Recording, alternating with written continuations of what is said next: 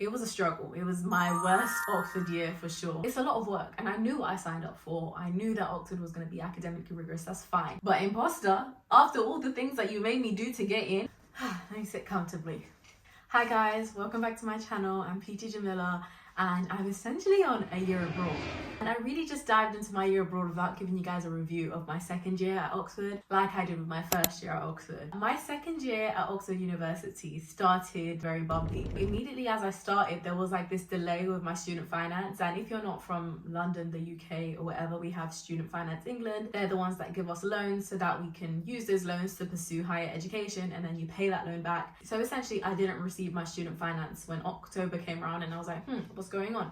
So I called Student Finance England. They told me to contact the finance office at my university. So I did that and I explained to them the situation, like, you know, term started, but I haven't got my student finance. Like, how am I going to live, work, and just breathe and survive? It doesn't look like I can. So I explained it to them and they were like, oh, that's strange. You cannot work at Oxford University, which is, I'm going to preface this by saying, it's basically too academically rigorous for you to manage a job alongside the studies.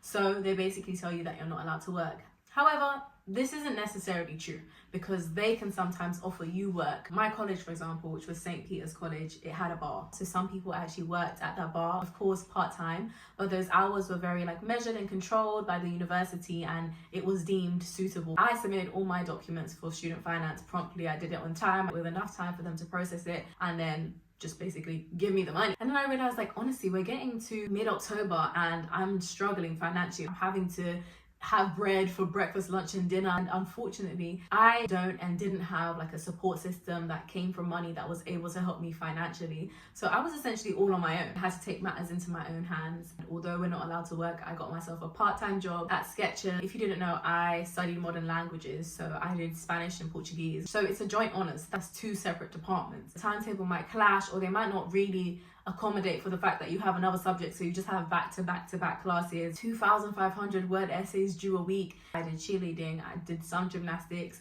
I tried to do athletics. All of that had to be dropped. Sometimes that did mean I would miss classes, but at the end of the day, like, I have to have money so that I can live and I can pay my rent because I wasn't living in halls anymore. Because my college was pretty small, it meant that I lived there in first year, but in second year you have to rent out. You have to find a bunch of friends or a few friends and live out of the accommodation. I lived in Cowley, and Cowley is like a 25-minute walk from like Central, or at least a 25-minute walk from my college, which isn't that bad. But when you're on a time crunch, trying to work, trying to make it to your different classes, trying to submit essays, and a lot of times with the way that you submit essays at Oxford is kind of archaic. You have to print out your essay and you have to go and hand it in to whatever college your professor is at. I was running around like a